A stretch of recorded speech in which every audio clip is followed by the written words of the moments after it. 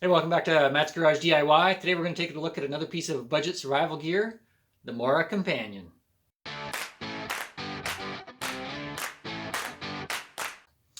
Alright, so I've been working on putting together a get home bag and considering what type of a knife to include with that. I did a review a while ago on the Schrade Frontier 36. This is a big old chopper. This thing will be great if you're going to be out in the bush for a long time, but not exactly I think what I'm looking for in a get home bag. So we're going to take a look at the Companion. Clearly, it's unrealistic to expect that these two knives will be able to do the same thing, but I am going to put this through a bunch of the same tests, see how it holds up. So let's get to it. First up, the price. 25 bucks Canadian, that's about 20 US. 100% that fits my definition of a budget survival knife. So taking a look at this, comes with a plastic case. Personally, I like the look of a leather sheath better, but this will definitely hold up to the environment. Don't have to worry about getting wet. Speaking of getting wet, has a drain hole in the bottom. So if you do get moisture or rain in there, that's all going to drain right out. So good feature. Next up, retention. This knife stays in really well. I have no concerns about that falling out. Rather than having to use two hands all the time, there is this little bump that they've added, so you can easily just eject that with one hand. Next, we've got the clip. Just pull that open, you can slide that right over your belt. Inside, you can see there's sort of a double hook system. Nicely lock that onto your belt. No concerns about that getting kind of pulled off if you get it stuck in any brush or anything like that. So another neat feature about the clip is that it's narrow enough to fit on your molly on your bag. And also the length of the sheath is such that the tip of the knife will tuck in right at the bottom, keeping that nice and secure on your pack. So if you need to free up some room on your belt, or you just don't want the extra weight carried on your waist, you can clip that knife onto your pack. All right, next up the chop test. I just grabbed a stick I had out in my yard. It's about 5/8 thick, so let's see how it does. That's pretty good.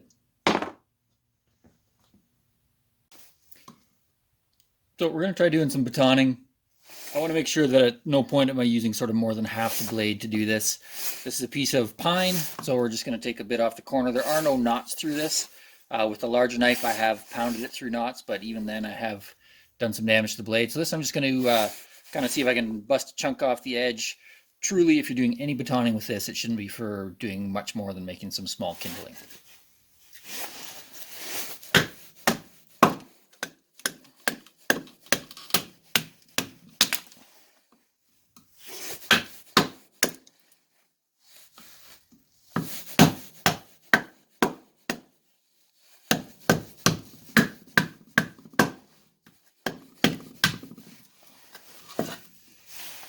So that's exactly what I don't want to be doing, is getting the piece kind of buried in that far. But peeled off this smaller chunk, no problem. We'll flip this over and give it a bit more.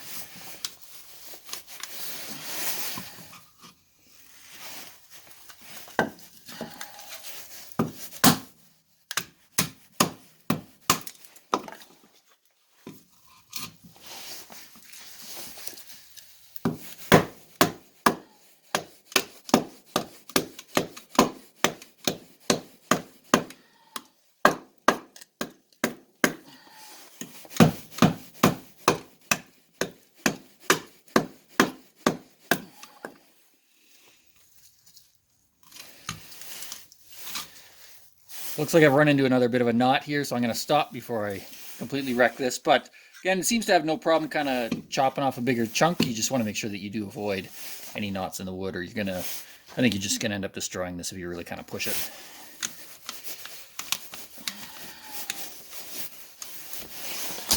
You have a piece of birch here. It's a little harder of a wood, so we'll try that as well. Again, it is kind of a significantly smaller piece, but we'll bust a few pieces off and see how it works.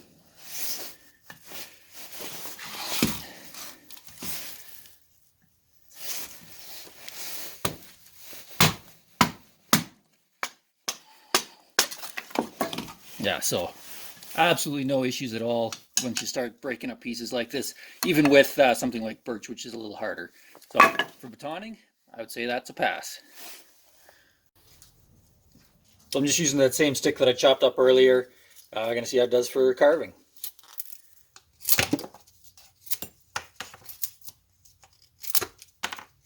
Yeah, so cutting through this stick like nothing at all.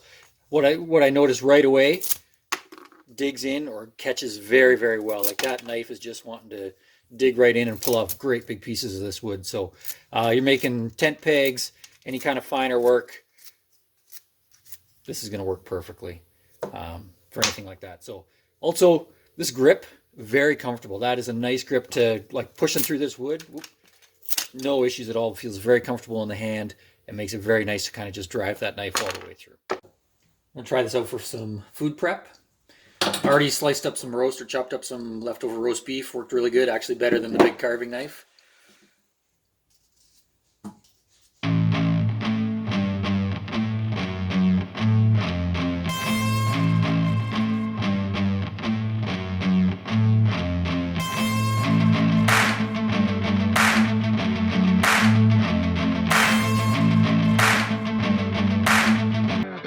There we go. Works good for food prep. All right, now we're going to do the soup can test. See how well this knife will work opening a can. I've just used an empty can, but this end will work just fine for what we're going to try today. Again, I'm going to put on some gloves. You don't want to be opening a can with a knife without gloves on.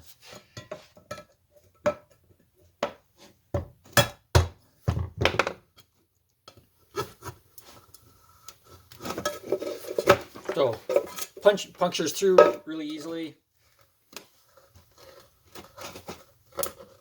And again, as you can just kind of pry it back against your thumb. Yeah, no issue cutting through that can. Be able to open that all the way around. No problem. So now that I've done all these tests, we're going to see, we're going to do a sharpness test. I can see there's a few chips out of the blade. Definitely been abusing this a bit. So not quite, not really expecting great things at this point, but we're going to give it a shot.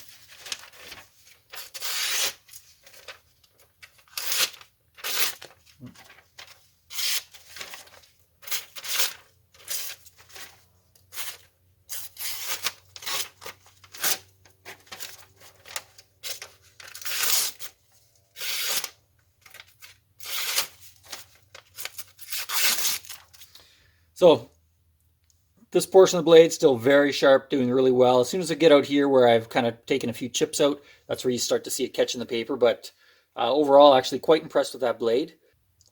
One of the things that you'll obviously notice with these knives, they have what they call a Scandinavian or a Scandi grind, basically just a single bevel.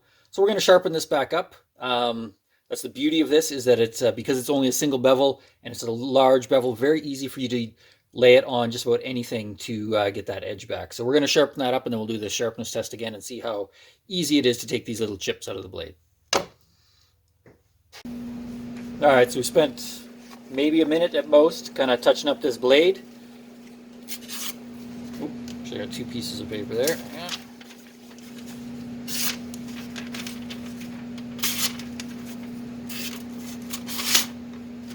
Yeah, so nicely cleans right back up. No issues even after giving it a little bit of abuse. Very easy because of that single angle on the grind to have that back in good working order. So one last thing, I'm going to try this with a ferro rod. The back of this blade isn't really finished, it's a little bit rounded, so we're going to see. But yeah, as I suspected, not working very well for striking a ferro rod as is. You did see there was a little bit of spark there once. Very easy to fix. You can square this up with a file and then that will do the trick. But straight out of the packaging, not really going to strike that ferro rod for you. But overall, very impressed with this knife. It does all the things that we've asked it to do, and definitely would recommend this as part of your budget survival kit.